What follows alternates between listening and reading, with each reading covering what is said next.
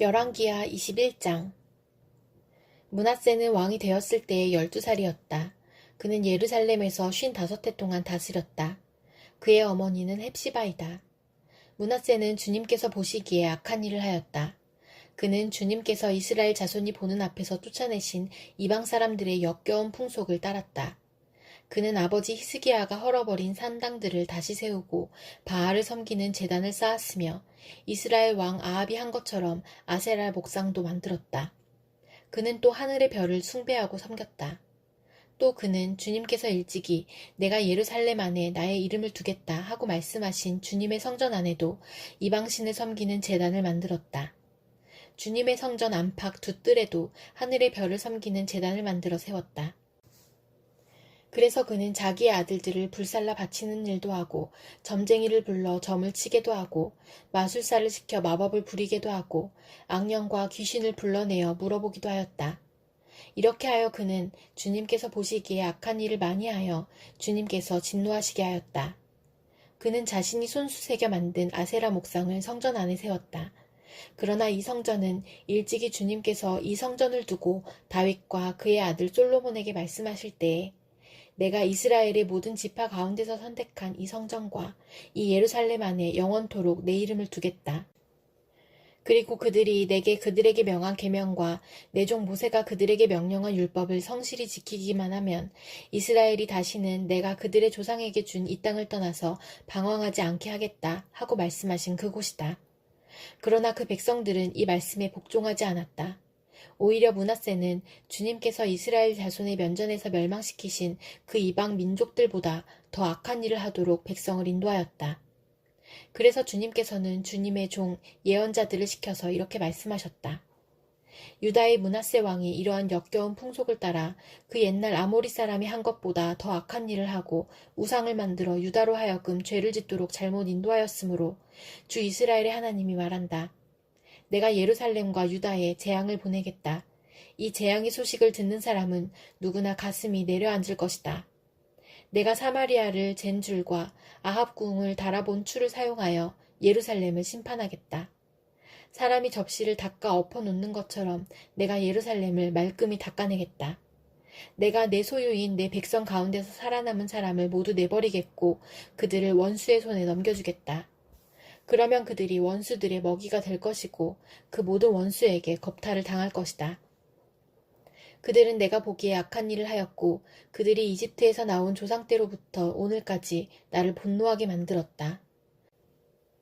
더욱이 므낫세는 유다로 하여금 나 주가 보기에 악한 일을 하도록 잘못 인도하는 죄를 지었으며 죄 없는 사람을 너무 많이 죽여서 예루살렘이 이 끝에서부터 저 끝에 이르기까지 죽은 이들의 피로 흠뻑 젖어 있다. 므낫세의 나머지 행적과 그가 저질러 놓은 일과 그가 지은 모든 죄는 유다 왕 역대지략에 기록되어 있다. 므낫세가 죽어서 그의 조상과 함께 누워 잠드니 그의 궁궐 안에 있는 우사의 정원에 장사 지냈다. 그리고 그의 아들 아몬이 그의 뒤를 이어 왕이 되었다. 아몬은 왕이 되었을 때에 22살이었다. 그는 예루살렘에서 2해 동안 다스렸다. 그의 어머니 무술레멧은 욥바 출신 하루스의 딸이다. 그의 아버지 므낫세처럼 주님께서 보시기에 악한 일을 하였고 그의 아버지가 걸어간 길을 모두 본받았으며 그의 아버지가 섬긴 우상을 받들며 경배하였다. 그리고 조상 때부터 섬긴 주 하나님을 잊어버리고 주님의 길을 따르지 아니하였다. 결국 아몬 왕의 신하들이 그를 반역하고 궁 안에 있는 왕을 살해하였다. 그러나 그 땅의 백성은 아몬 왕을 반역한 신하들을 다 죽이고 아몬의 뒤를 이어서 그의 아들 요시아를 왕으로 삼았다. 아몬이 한 나머지 모든 일은 유다 왕 역대지략에 기록되어 있다. 그는 우사의 정원에 있는 그의 묘지에 안장되었다. 그의 아들 요시아가 그의 뒤를 이어 왕이 되었다. 히브리서 3장. 그러므로 하늘의 부르심을 함께 받은 거룩한 형제자매 여러분, 우리가 고백하는 신앙의 사도요 대제사장이신 예수를 깊이 생각하십시오. 이 예수는 모세가 하나님의 온 집안에 성실했던 것과 같이 자기를 세우신 분께 성실하셨습니다. 집을 지은 사람이 집보다 더 존귀한 것과 같이 예수는 모세보다 더 큰 영광을 누리기에 합당한 분이십니다. 어떠한 집이든지 어떤 사람이 짓습니다. 그러나 모든 것을 지으신 분은 하나님이십니다. 모세는 하나님께서 장차 말씀하시려는 것을 증언하기 위한 일꾼으로서 하나님의 온 집안 사람에게 성실하였습니다. 그러나 그리스도는 아들로서 하나님의 집안 사람을 성실하게 돌보셨습니다. 우리가 그 소망에 대하여 확신과 자부심을 지니고 있으면 우리는 하나님의 집안 사람입니다. 그러므로 성령이 이와 같이 말씀하셨습니다. 오늘 너희가 그의 음성을 듣거든 너희 조상들이 광야에서 시험받던 날에 반역한 것과 같이 너희 마음을 완고하게 하지 말아라. 거기에서 그들은 나를 시험하여 보았고 40년 동안이나 내가 하는 일들을 보았다. 그러므로 나는 그 세대에게 분노해서 말하였다. 그들은 언제나 마음이 미혹되어서 내 길을 알지 못하였다. 내가 진노하여 맹세한 대로 그들은 결코 내 안식에 들어오지 못할 것이다. 형제자매 여러분 가운데에 믿지 않는 악한 마음을 품고서 살아계신 하나님을 떠나는 사람이 아무도 없도록 여러분은 조심하십시오. 오늘이라고 하는 그날 서로 권면하여 아무도 죄의 유혹에 빠져 완고하게 되지 않도록 하십시오. 우리가 처음 믿을 때에 가졌던 확신을 끝까지 가지고 있으면 우리는 그리스도께서 주시는 구원을 함께 누리는 사람이 될 것입니다. 오늘 너희가 그의 음성을 듣거든 반역하던 때와 같이 너희의 마음을 완고하게 하지 말아라 하는 말씀이 있는데 듣고서도 하나님께 반역한 사람들이 누구였습니까? 모세의 인도로 이집트에서 나온 사람들 모두가 아니었습니까? 하나님께서 40년 동안 누구에게 진노하셨습니까? 죄를 짓고 시체가 되어서 광야에 쓰러진 그 사람들이 아닙니까? 하나님께서는 누구에게 하나님의 안식에 들어가지 못하리라고 맹세하셨습니까? 순종하지 않은 사람들에게 하신 것이 아닙니까? 결국 그들이 들어갈 수 없었던 것은 믿지 않았기 때문임을 우리는 압니다. 호세아 14장 이스라엘아, 주 너의 하나님께로 돌아오너라.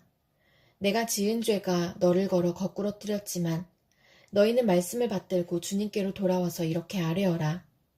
우리가 지은 모든 죄를 용서하여 주십시오. 우리를 자비롭게 받아주십시오. 수송아지를 드리는 대신에 우리가 입술을 열어 주님을 찬양하겠습니다. 다시는 아시리아에게 우리를 살려달라고 호소하지 않겠습니다. 군마를 의지하지도 않겠습니다. 다시는 우리 손으로 만들어 놓은 우상을 우리의 신이라고 고백하지도 않겠습니다. 고아를 가엾게 여기시는 분은 주님밖에 없습니다. 내가 그들을 반역하는 병을 고쳐주고 기꺼이 그들을 사랑하겠다. 그들에게 품었던 나의 분노가 이제는 다 풀렸다. 내가 이스라엘 위에 이슬처럼 내릴 것이니 이스라엘이 나리꽃처럼 피고 레바논의 백향목처럼 뿌리를 내릴 것이다. 그 나무에서 가지들이 새로 뻗고 올리브나무처럼 아름다워지고 레바논의 백향목처럼 향기롭게 될 것이다.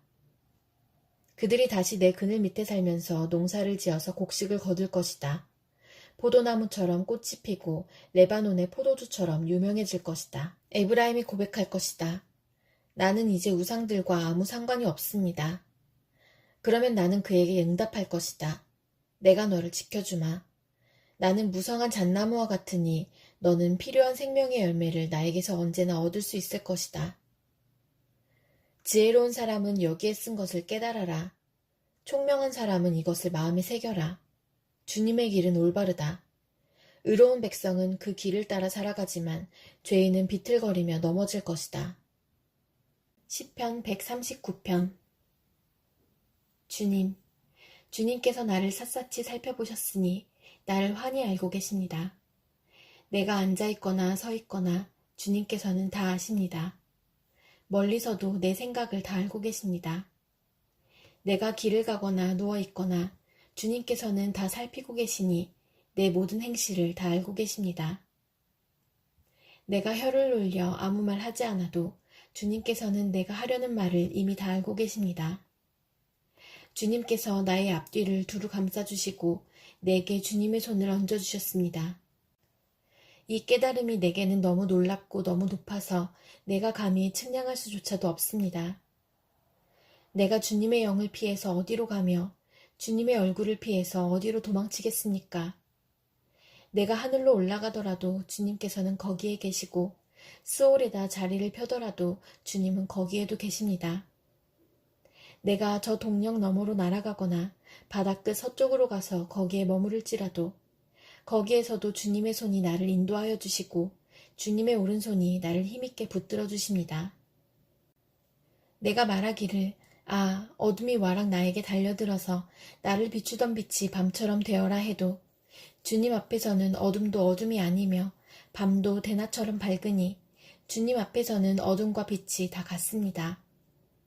주님께서 내 장기를 창조하시고 내 모태에서 나를 짜맞추셨습니다. 내가 이렇게 빚어진 것이 오묘하고 주님께서 하신 일이 놀라워 이 모든 일로 내가 주님께 감사를 드립니다. 내 영혼은 이 사실을 너무도 잘 압니다. 은밀한 곳에서 나를 지으셨고 땅속 깊은 곳 저 모태에서 나를 조립하셨으니 내 뼈 하나하나도 주님 앞에서는 숨길 수 없습니다. 나의 형질이 갖추어지기도 전부터 주님께서는 나를 보고 계셨으며 나에게 정하여진 날들이 아직 시작되기도 전에 이미 주님의 책에 다 기록되었습니다. 하나님, 주님의 생각이 어찌 그리도 심오한지요. 그 수가 어찌 그렇게도 많은지요. 내가 세려고 하면 모래보다 더 많습니다. 깨어나 보면 나는 여전히 주님과 함께 있습니다. 하나님, 오, 주님께서 악인을 죽여만 주신다면 피 흘리게 하기를 좋아하는 자들아, 내게서 물러가거라. 그들은 주님을 모욕하는 말을 하며 주님의 이름을 거슬러 악한 말을 합니다. 주님, 주님을 미워하는 자들을 내가 어찌 미워하지 않으며 주님께 대항하면서 일어나는 자들을 내가 어찌 미워하지 않겠습니까? 나는 그들을 너무나도 미워합니다. 그들이 바로 나의 원수들이기 때문입니다. 하나님, 나를 샅샅이 살펴보시고 내 마음을 알아주십시오. 나를 철저히 시험해 보시고 내가 걱정하는 바를 알아주십시오. 내가 나쁜 길을 가지나 않는지 나를 살펴보시고 영원한 길로 나를 인도하여 주십시오.